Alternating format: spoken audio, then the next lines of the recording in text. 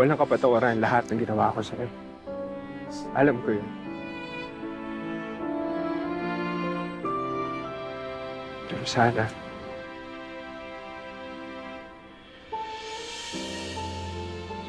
bigyan mo ka ng pagkakataon.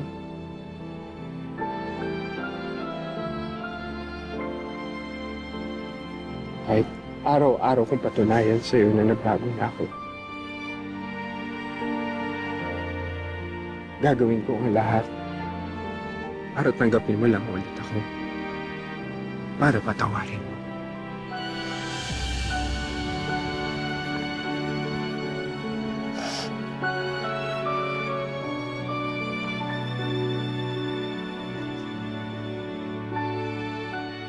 Patawarin mo lang.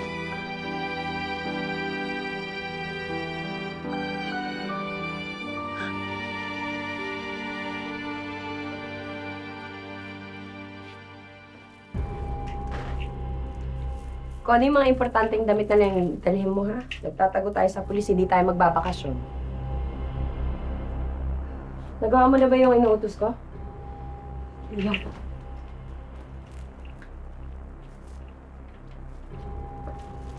Ito pa, ma'am. Binayaran ko po yung mekaniko sa talyer para makuwalan po yan. Okay, good.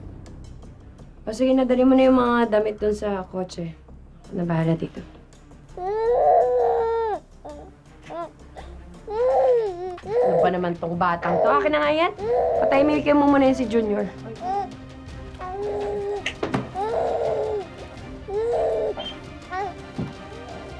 Tama yung address na sinend mo sa akin. Gusto niyo po bang kontakin ko ang mga pulis para mapuntahan nila? Wag mong gagawin yan. Kung gusto mong dagdagan ko yung binabayad ko sa'yo, wala kang sasabihan tungkol dito. Naintindihan mo? Sige po, ma'am. Kayo pong masusunod.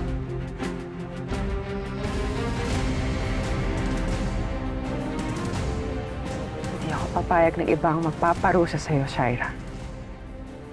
Sa akin ka may atraso. Kaya ako sisingil sa'yo. Pagpabayaran kita sa kasalanan mo kay Billy.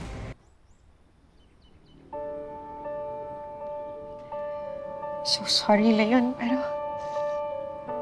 sa tingin ko kasi, sa tingin ko hindi na maayos yung relasyon natin.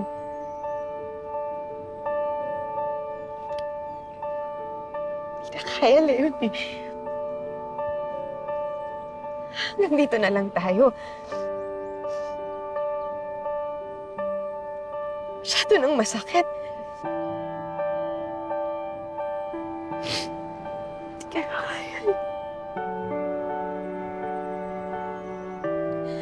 Hindi ko na kayang... I'm sorry, pero hindi ko na kasi kayang kalimutan lahat ng maling ginawa mo. Hindi ko na kayang mahalin ka ulit.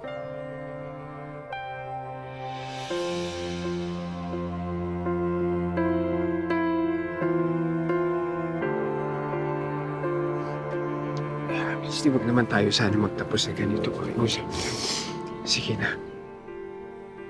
Kahit araw-araw kong patunayan sa'yo na nagbago na ako, araw-araw akong babawi sa'yo, yun. Yung nagawa ko, yun ang huling pagsisinungaling ko sa'yo at hindi na kita sasaktan. Sige na. Tanggapin mo lang ako sa buhay mo. Patawarin mo lang ako at mahalin mo lang ako ulit. Sige na. Sige na. Leon, ano bang pinagsasasabi mo? Binigyan na kita ng pagkakataon, di ba? Pero anong ginawa mo? Sinayang mo yun, Leon, eh. Kung sinabi mo lang nung una pa lang, kung sinabi mo sa akin lahat, Leon, baka tayo pa rin hanggang ngayon. Hindi sana tayo humantog sa ganito.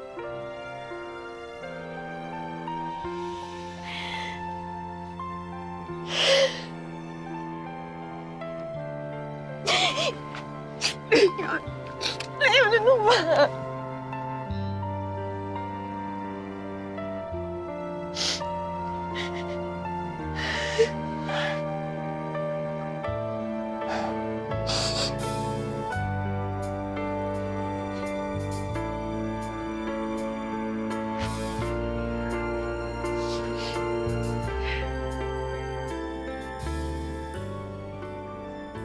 Wala na ba talaga natitirang pag-ibig dyan sa puso mo para sa akin?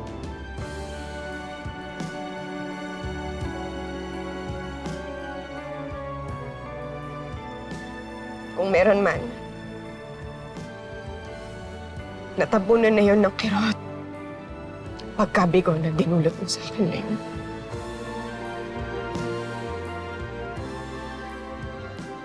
Huwag kang mag-alala kasi hindi ko naman ipagkakait sa'yo na maging ama ko kay Jeremy.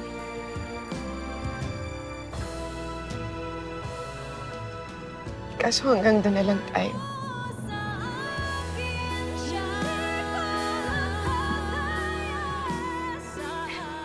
Hindi ko na talaga kaya na yun eh. Hindi ko na kayang mahalin ka ulit.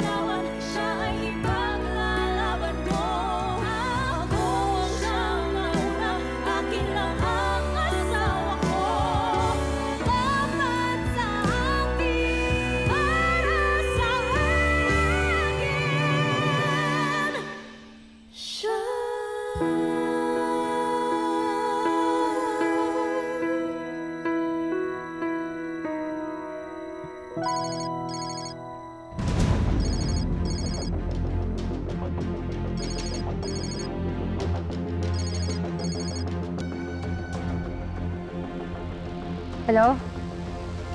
Hello, narinig mo ba ako? Ayan, isend mo na lang sa akin yung image file ng ticket. Paalis na kami in 15 minutes.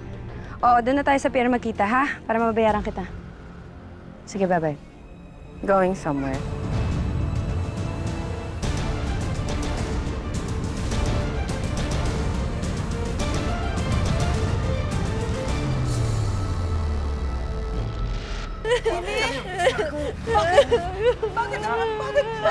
Nasa pangatip si Mama. Alam mo, dapat sa katulad ng mga tayo na kasi ang dami mo nang sininang buhay!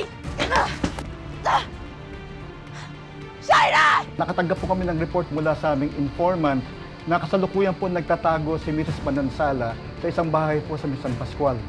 Kung gano'n, sasama ako sa inyo. Shaira! Shaira, saan ka magtago? Hatingin kita! Papatayin kita! Kung may alam si Ma'am Hana tungkol sa location ni Shaira, ba't di niya sinabi sa atin? Yun din ang iniisip ko. Tinago sa atin ni Hana kung nasaan si Shaira. Dahil gusto niyang ilagay sa kamay niya ang batas. Parang